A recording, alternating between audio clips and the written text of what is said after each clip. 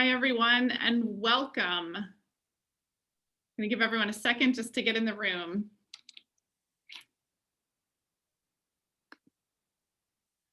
Welcome to today's webinar, Is Your Nonprofit at Risk of Cybercrime? I am thrilled to be here with you today to welcome our panelists and to talk a little bit more about, is your organization at risk? Are you at risk? Are you prepared to make sure that we're doing the best we can for the military and veteran community? If you go to the next slide, please. We are here for you today, and we'd love to hear kind of the insights that you have, that you've learned, so that we can spread this word as far as possible so that everyone is protected. Please don't hesitate to reach out to us at Combined Arms US. You can find us on all social media channels and use the hashtag CACS Institute or hashtag Combined Arms. Next slide, please. I am your host, Kelly Finn-Stormer, and I'm thrilled to be here with you to talk about Combined Arms. We are on a mission to unite the community and accelerate the impact of veterans and military families.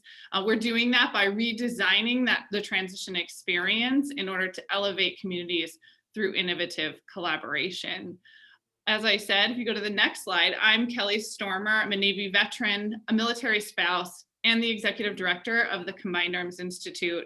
I've been working for a long time in this ecosystem to help answer the question, where do I go for help? And my role is to really elevate our member organizations and the military and veteran serving ecosystem together. And it's my honor to be your host and moderator for today's webinar.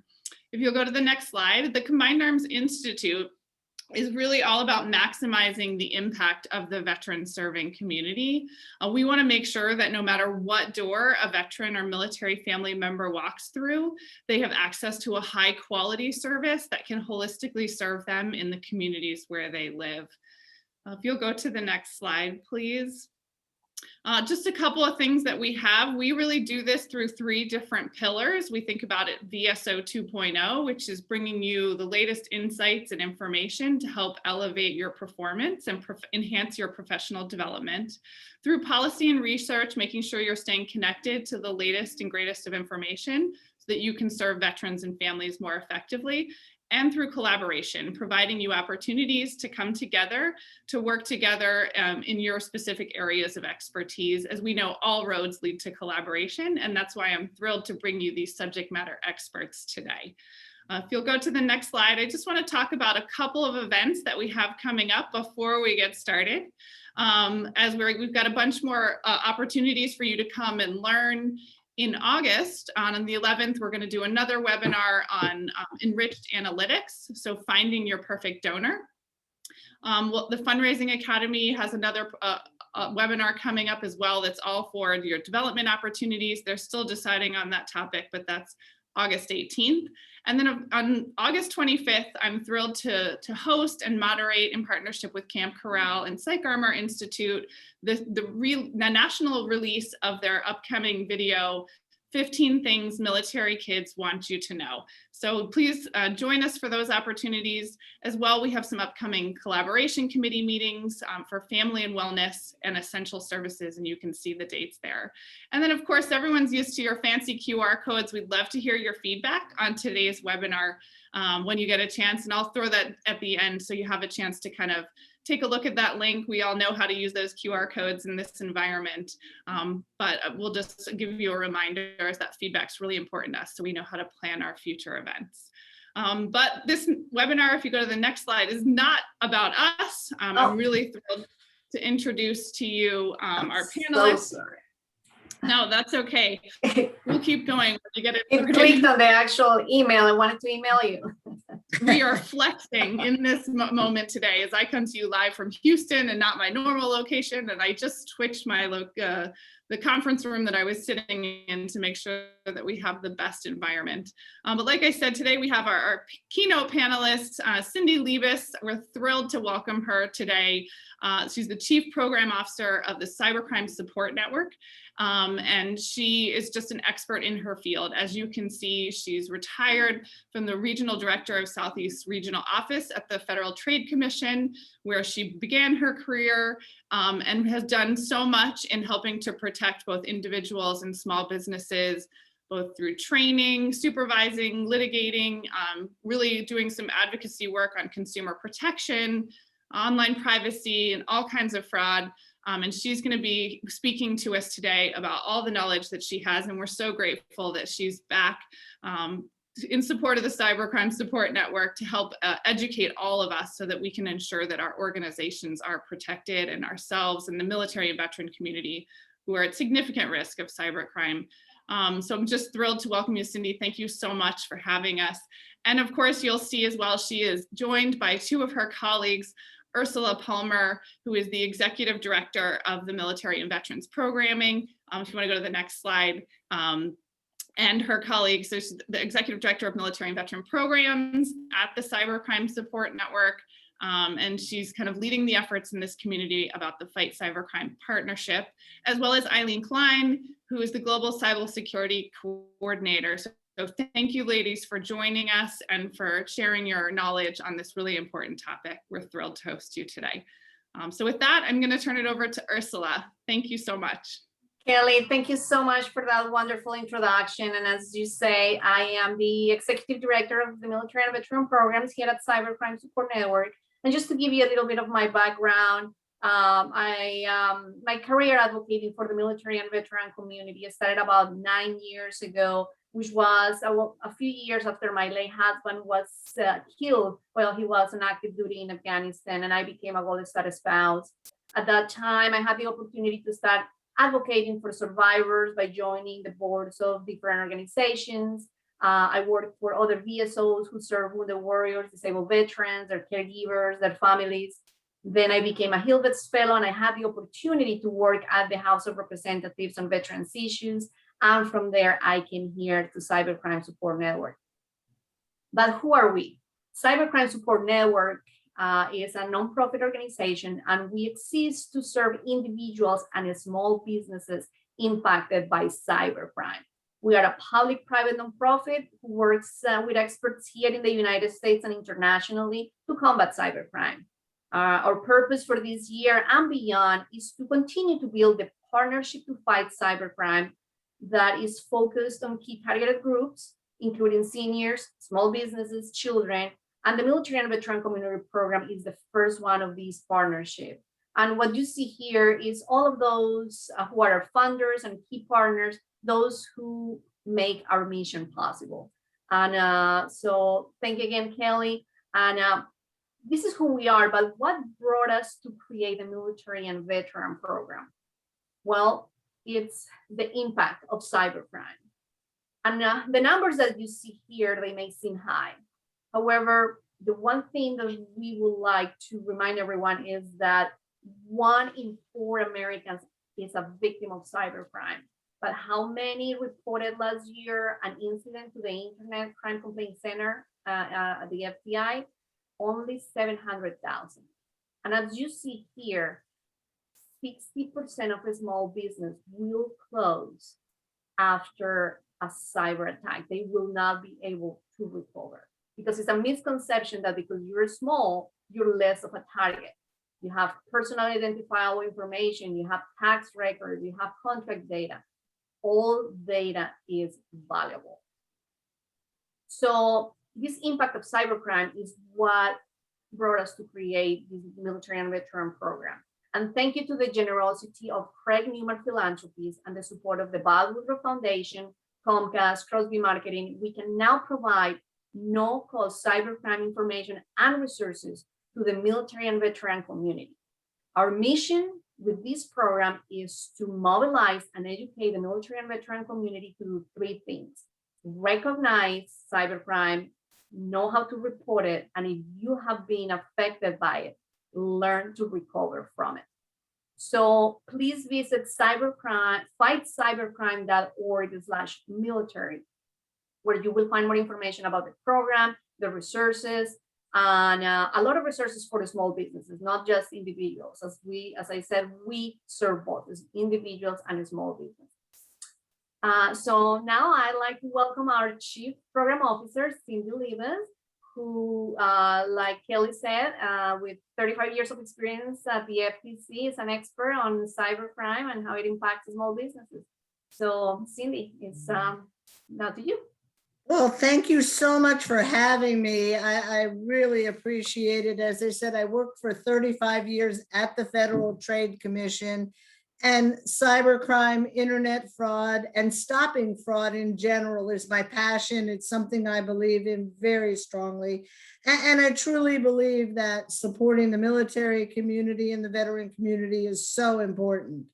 If you own a small business or are part of a nonprofit organization, I know you spend a lot of time and effort to make sure that your organization is working well. But when scammers and internet fraudsters go after your organization, it not only hurts you financially and emotionally, it hurts your reputation and who you are, what you've worked so hard for. And so your best protection is really a little bit of knowledge of what's happening out there and what are the signs of a scam that may be targeting your business. And what we'd love for you to do after today is go out and tell your employees, tell your colleagues, and tell those with whom you work how to avoid some of these scams and what to do should you become a victim of a scam. You know, scammers often, almost in general, they will pretend to be someone you know or someone you trust. They may pretend to be someone from the government. I'm sure you're like me and you've gotten some, either those calls or those emails pretending to be from the IRS or from some other government agency, or you may even get an email that looks like it's coming from within your business. They will also always create a sense of urgency. Do it now, make a quick decision now.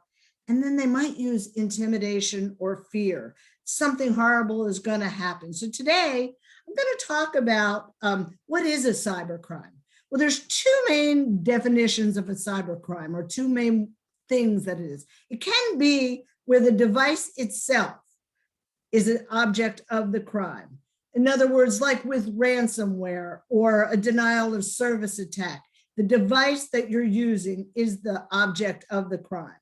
Or it may be where the device or the internet is used to commit the offense, such as with credit card fraud or things like that. Next slide. So what are some of the common scams or the main ways that businesses may be targeted? Number one probably is phishing or social engineering. A hacker may send you an email disguised as a trusted person within your company or an employee or someone you know, and the email might have a link to a website. The website or the link may ask you to put in personal identifiable information, password information, financial information, or it may contain an attachment. Then when you click on it, contains malicious software that you might need to install on your business. I'm sure you've all received some sort of phishing email. It might be very targeted to you, and when you look at it, it looks real. So what can you do if you've been the subject of a phishing mail at work or in your business? Here's a few things to think about. Immediate action steps. Disconnect that computer.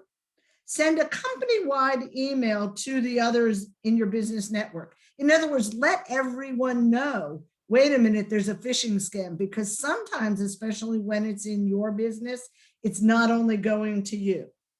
Change your passwords or change a compromised passwords, but even better, use two-factor or multi-factor authentication so that you get a code anytime someone either tries to get into your email or into another one of your accounts. And also, if you have an anti-phishing group within your organization, forward that phishing email to your IT department or forward that phishing email. You can forward it even to the FTC. And if they obtained information, sensitive information, and you think you or anyone in your organization may have been the subject of identity theft, you can go to identitytheft.gov. Next slide. Another way, another thing that is very, very scary is business email compromise. How that happens is a scammer might set up a business email address that looks like it's from within your company. May even be from the CEO or someone pretty high up. They can do what's called spoof. spoofing your email. And it might tell your employee or whoever they're contacting that he or she needs some funds to be sent immediately. Gift cards, because they're planning on giving gifts to others. Please send those immediately. I need it now because I'm traveling. Or they may ask for passwords. I forgot the password to our bank account. Tell me what's the account number and what is the password? That's how business email compromise can happen. But what they're trying to do, they're socially engineering the person who receives the email, and they're trying to get sensitive information. Again, what steps can you take? If the money was transferred, if funds were transferred, contact the financial institution as soon as possible, because if the money is still within the system, it may be able to be recovered. If you sent a gift card, that's often very difficult. It's almost like sending cash, because once they have that information off the back of that gift card, the scam artist will use that information, and it's very, very difficult to recover. Also, when you're talking to a financial institution, they may need to contact the other financial institution, because again, if you can catch it while it's still in the system, you're probably best off. Also, alert all of your employees that an email address has been used and has been compromised, and train your employees. Then also contact your FBI office, your local FBI office, if the wire transfer is recent or the transfer of funds is recent. They often work with the State Department, and they may be able to, and I say may, but they may be able to assist. And if you need to find your local FBI office, you can go Google that and they will be able to help you. Also, change all of the passwords on all of your account and contact your email service provider. Next slide, please. Ransomware. Okay, so if you've turned on your TV in the last minute, I think, you have heard about a ransomware attack that has happened to a large company. Generally, we're hearing in the news, it's everywhere. Some large company, whether it be Colonial Pipeline or some other very large company, has been the subject of ransomware. But do you know that most ransomware attacks actually happen to small businesses? They just don't make the news. Big business or small, it can happen to you. Ransomware is actually not new. It's really a form of malware that can lock up your computer or your network and deny access to very vital, important business information and business data unless you pay ransom. They often are asking that the ransom be paid in Bitcoin or some other alternative so that it cannot be traced. What can you do? What are some things you can think about doing? Because it's very sophisticated. And many of the perpetrators are very specialized in penetrating corporate networks. They use those things we talked about, social engineering, phishing. That's probably the most common way that they're gaining access to the actual computer system, but they can gain access. And what can you do? First off, immediately isolate and remove the infected computers from the network itself. You may even consider temporarily taking your thing offline and isolating your backup immediately, and disable shared drives. We have a video that I'd like to show you if it will play. Great, thank you.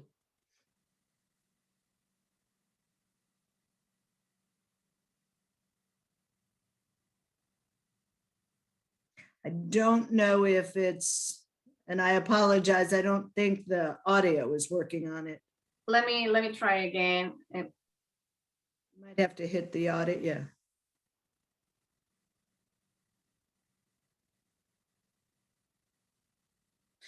No. Well, the video really is a way really to recognize when ransomware can happen, that it can happen to you, and what you should do, some action steps to take. So how, you may ask, okay, all these things are out there and there's a lot of other scams out there that may be targeting my business. What can I do to protect my business? Or what can I do to protect my nonprofit? Some prevention tips that I'm going to share with you, but let me tell you, prevention is probably the best defense against all of these scammers. And some of these steps are really can reduce the risk of being the victim of phishing, of ransomware, of email compromise. One, keep your network patched and keep your software up to date. Just make sure all of your security, your computer security, your network security is up to date. Don't just say, I'll deal with that tomorrow. Back up your systems regularly. And the best thing to do is to keep your backup separate from your network. That way, if your network is hacked, at least you still have your backup. Use network authentication within your network and multi-factor authentication, which is being able to know who's trying to get in and giving a code or a passcode so that, or a number, so that no one can get in without that passcode or number, or so that you only know. Always use strong passwords, preferably a passcode, and also don't share that password, passcode, and tell your employees not to share that. They should never be sharing the passwords, whether it's even for something very simple on the system that they're working together on. They should never be sharing their passwords and passcodes. Secure your organization's files, passwords, financial information, and don't allow access to everybody. The person who's working down the hall and has nothing to do with the human resources records doesn't need access to that. They don't need to access to that information. And really train staff. I always say you're only as secure as the least secure person in your organization. Train your employees on how to recognize phishing attacks, how to recognize social engineering. Have staff notify each other when they spot a phishing attempt, and train them to be tech savvy. Look for fake caller ID numbers, fake websites, fake names when it's coming in. You can hover on the name and see if it's really coming from within your organization.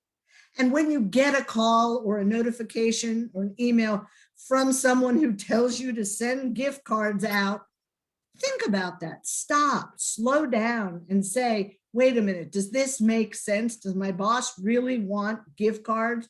Does my boss, would he really be asking me to give him the bank account information? Think about what's happening, but train staff not to open attachments, download files, but also be prepared. If you make sure you have an incident response plan in advance. Test your plan, and if you are the victim of any of these scams, make sure you notify your customers. Don't just stick your head in the sand and say, I'll deal with this tomorrow, or I don't want this getting out. Please don't tell anybody, because it may get out. No one can help you if you don't notify anyone. Do it immediately. And if you have a plan, then perhaps the FTC, the FBI, the local police can help you. But hopefully you can stop it early on and regain some of the money. The question, Cindy, I think it was working now. If you would like to run it, I would love to run it. Great. Let me know. That's it. Go ahead. You get an urgent email at work, maybe from HR or your company's CEO.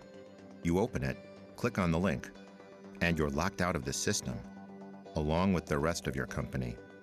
That's a ransomware attack.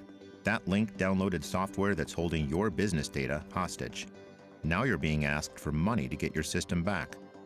Ransomware can take a serious toll on your business, and your customers won't be happy that their information is in criminal hands. So how do you protect your business against ransomware? Start with a plan. Make sure your business data is backed up outside your network. Teach everyone at your place of work how to spot ransomware. And always install the latest software patches and security updates. But what if you're attacked? Now is time to implement that plan. First, disconnect the infected devices from your network right away. This might limit the damage. Then, contact the authorities, like your local FBI office.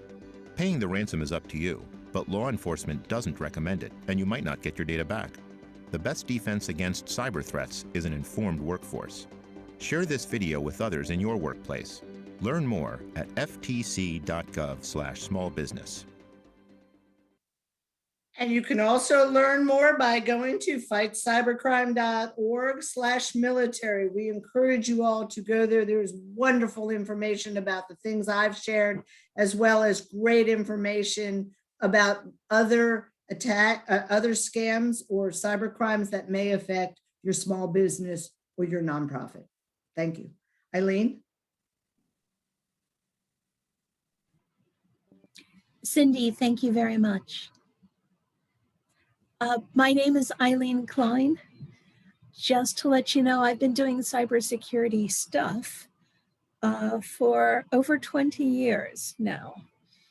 And fun fact, before I did that, I was a systems engineer supporting military as a defense contractor and visited over 270 military installations in the United States and Western Europe, mainly Army bases. I want to talk to you about the CyberResource Catalog.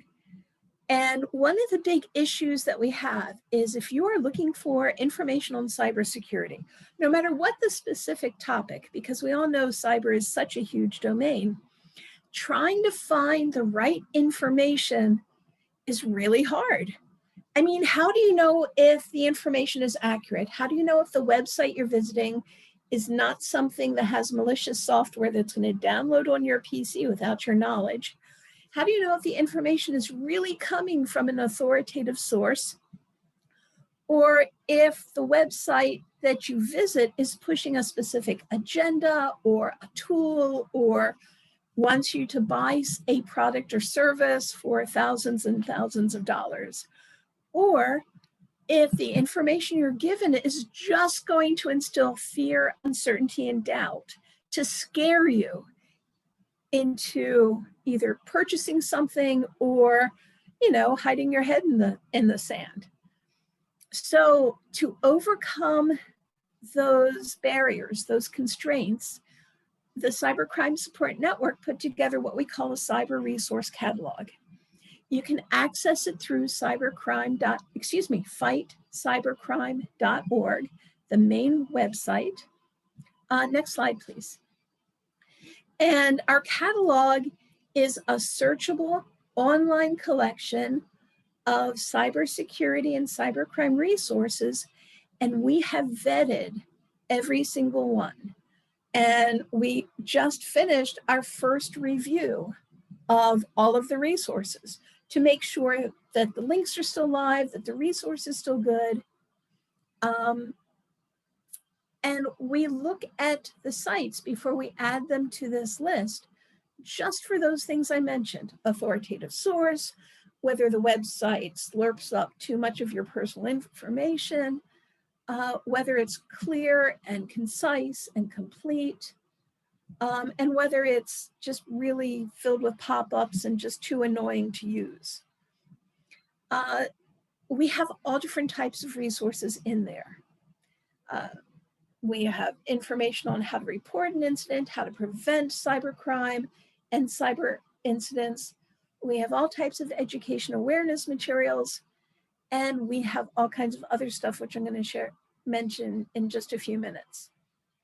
So some of these resources we developed, some were developed by other reputable organizations and partners. Our whole goal is to provide everyone with the knowledge, skills, and resources they need to help recognize and defend against cybercrime. Next slide, Ursula, please. We made the resource to be really easy to use. So if you want to search for information, you can currently search for a threat or by audience or by keyword. And next slide, please. So threats, there's a little drop-down box. Pick the threat you're interested in. Right now, the threats are listed They're not alphabetical, they're kind of by type. We are going to be restructuring this, just so you know, I'm working on that. But pick what you're interested in, such as advanced fee scams. Click search. And you'll get the list of the resources alphabetically. Next slide, please. We have a couple different audiences in here, all for everybody, of course. Children, teens, young adults, military personnel and families, older adults and their caregivers, and small and medium businesses. So right now, if you selected small and medium business, you'll see we have over 150 resources in there. Our total number of resources is currently 1,007. And, you know, it'll grow and decrease a little bit at a time. Next slide, please, Ursula. If you want to actually tailor your search, you can use both fields, threat and audience. In this example, the threat is cyber harassment and cyberbullying, with the audience being children, teens, young adults. You can see we have 7 resources listed. And next slide again. Now, my personal favorite search method is to just use a keyword. To me, that's honestly the easiest thing if I know what I'm looking for. So if I want to search for ransomware, for example, I'll just type in the keyword ransomware. And if you look at the search results, you'll see, and again, these are listed alphabetically, you get the number of resources that we have that keyword either in the title or the description. And you'll see the title of the resource. The first example, it's CISA's ransomware guide, CISA being the Cybersecurity and Infrastructure Security Agency, part of Department of Homeland Security. You will see the link to the specific resource. You can click on that. It will take you right to it. And next to it in parentheses, you'll see what type of resource this is. For example, it's a website.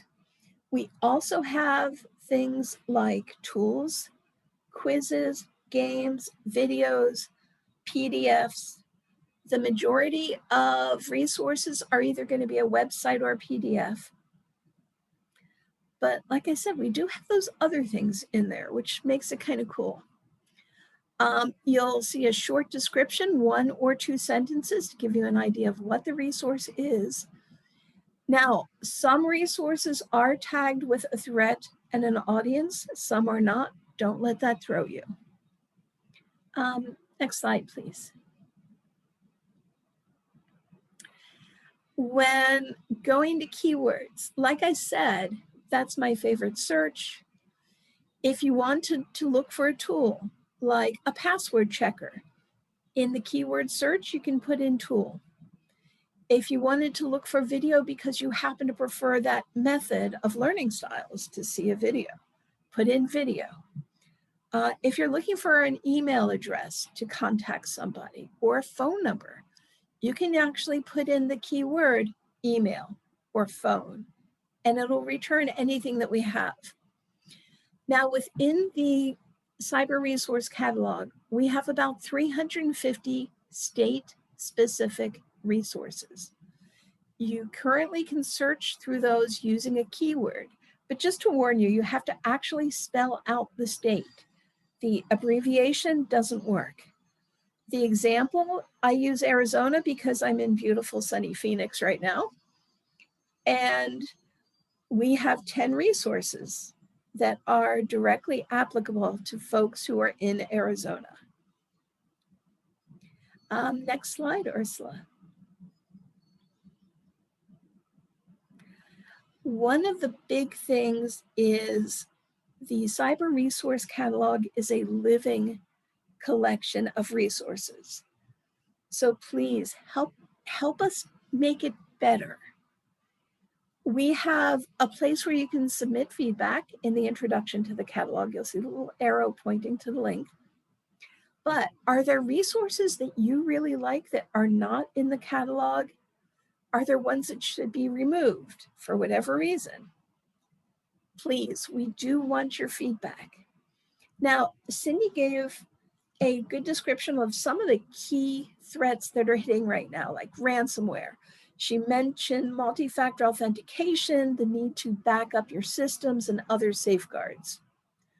On FightCyberCrimeorg, we actually put up a brand new section called Education on Demand. It's on the menu bar. If you click on that and click on Library, we just posted some brand new documents that you are welcome to download, share with your customers, share with your family, share with your employees. And they cover how to reduce the risk of ransomware for your small business. They cover and explain what is multi-factor authentication, why you should use it.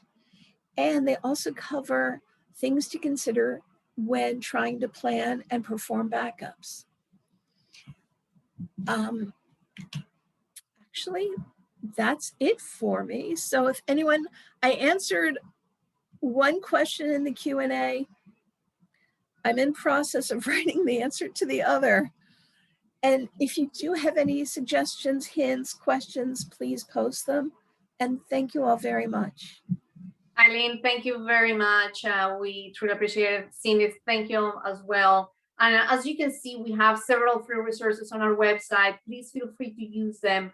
Please go to FightCyberCrime.org military and just browse and see everything that we have there to offer. But the main thing is we would like to invite you to be a part of the partnership to fight cybercrime. Currently, we have and we work with 28 partners. And we work closely with them to provide exclusive information like what Combined Arms is doing today, bringing you this because they know that this is important for you. And we can provide relevant cybercrime education to you so that you can provide it to your members as well. Non-profits or organizations can join at no cost. Partners will receive a toolkit full of program materials, social media posts, articles. You will be listed on our site. We will provide you with opportunities to connect with other leading members and sponsors. Actually, our first partner training, which is going to feature the top 8 scams in the military, will be September 9th. So if you want to take advantage of this free training, please reach out to us. Go to FightCyberCrime.org/military and just click on join today. Kelly, we're very thankful for your trust. This is a great example of how through our partnership, you are able, or an organization is able to bring this type of information and events to you. And I know you wanted to make sure that those in your network would know about it. So thank you very much for that and for your trust. Again, if you want to learn more about the program, if you want to sign up just for the partnership, it's very simple. There's a simple form. If you want to talk to me about it more, about other details of the program, feel free to email me at military@cybercrimesupport.org. And so thank you again. And Kelly, it's back to you. Yeah, thank you so much for joining us and for this great information. I know that there were a couple of questions that people were asking in the chat, and so I do want to highlight a couple of those things. As always, there is that QR code in our survey link. We'd love to hear from you. So many great resources were provided today. And as I was reflecting on what you were sharing, Cindy and Eileen, specifically, it's just, there's so much information out there. And in some ways, right, if you are a victim of cybercrime as an individual or as an organization, it's like panic mode, right? And so it's important to know that all of these resources exist and how to find them and how to network them. And that's why we wanted to invest in this partnership and be able to share those resources with you.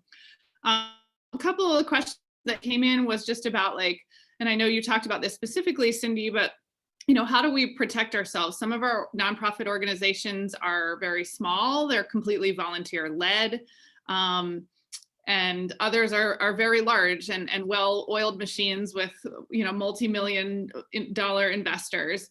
how do we, what is the best way to ensure that we are protected, and can we rely on like large corporate partners whose systems we may be using, whether it's Salesforce or Blackbaud or OneCause or anything like that? What should we be looking at? Well, a couple things without like pitching one of those. Most of the larger companies do have backup systems and systems in place where they are constantly monitoring for malicious software and things like that. So a company, I saw that someone said they use Salesforce, and generally the larger companies they do have large IT departments, and they are monitoring for intrusions into their own networks so that your information is not compromised. But I can't speak to any of them in particular. But what I can say, I see the question that it's pretty complex for a small nonprofit without an IT security expert.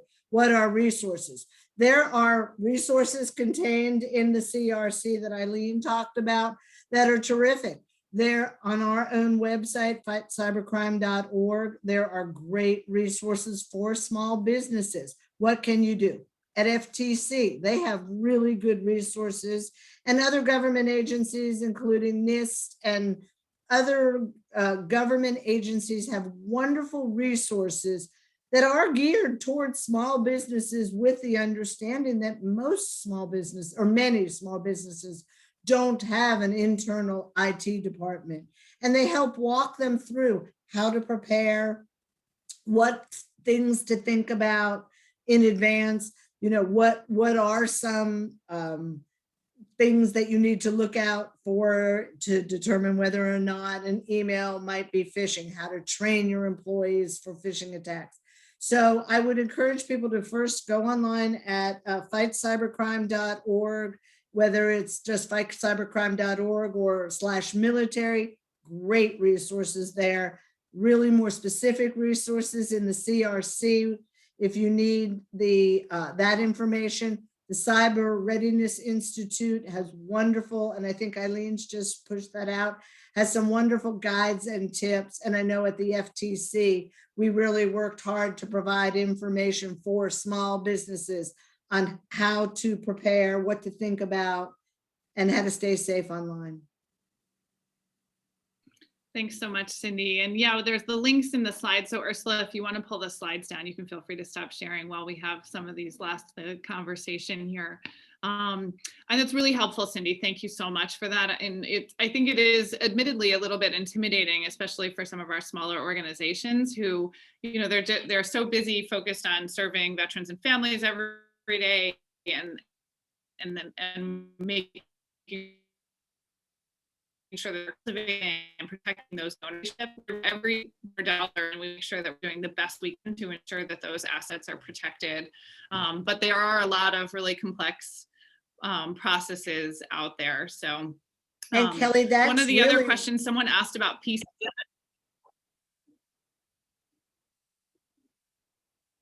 Go ahead, Cindy. No, I was going to say that is actually why the partnership to fight cybercrime, working with the military and veteran service organizations, is there, that we can provide the expert information for the military and veteran service organizations, and through you as a trusted source, but us as the experts in the cybercrime area. Yeah, absolutely. And thank you so much. And that's why this was really important for us to continue to educate our member organizations and allow them the opportunity to understand they can educate their veterans and military families, their clients as well, through these opportunities. I mean, it comes back to training and preparation. While we were on the webinar, I did ask the team if there was a sample template for to make sure you have that. What is the plan? Sorry, the incident response plan. And we'll make sure that we're going to work on something like that so that we can share that. I know those things can be intimidating to create from scratch, but it is important to have some of those resources. So we'll be sure to follow up with everyone with the links to all of this great information and ways to contact these great panelists and get involved for your community as well, if you'd like. So You know, it can be really intimidating. At the end of the day, it's so frustrating if you happen to click on something and your computer gets taken over. Now you have to tell somebody else how to help you find those resources. So that's kind of the important thing, to make sure that we're spreading that knowledge and awareness. When we put this this webinar together, I had an organization in our community that reached out to me that said they were hacked within their system and got to their wealth advisor's account, and the hackers were able to take on $140,000. Fortunately, they were able to get that money back because it wasn't the fault of their organization that was protecting that information and that money. But we are all at risk, and so it's important that we do take proactive measures and educate, you know, ourselves and our teams to make sure that we're doing the best that we can with each and every donor dollar.